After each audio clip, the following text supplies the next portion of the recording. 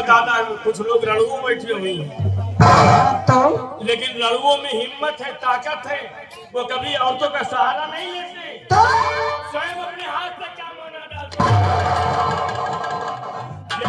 11,000 power बिजली चल रही है, 1 किलो दारिन गेहूं निकालिन चले आए, 2 चिकन खाइन बनाइन, आराम से सोए रहे।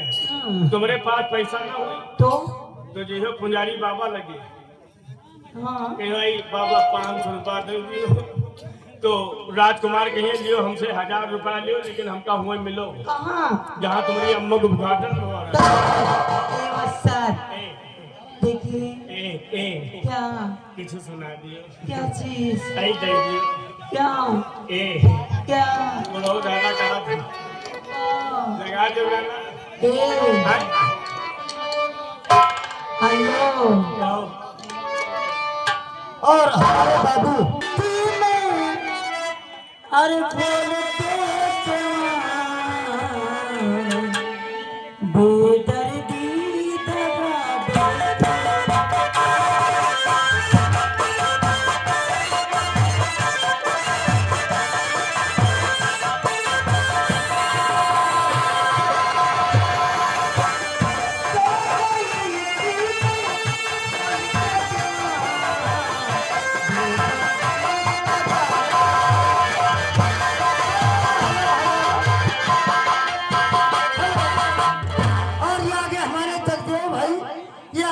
बेदर्दी और ये आगे भाई राय बड़ी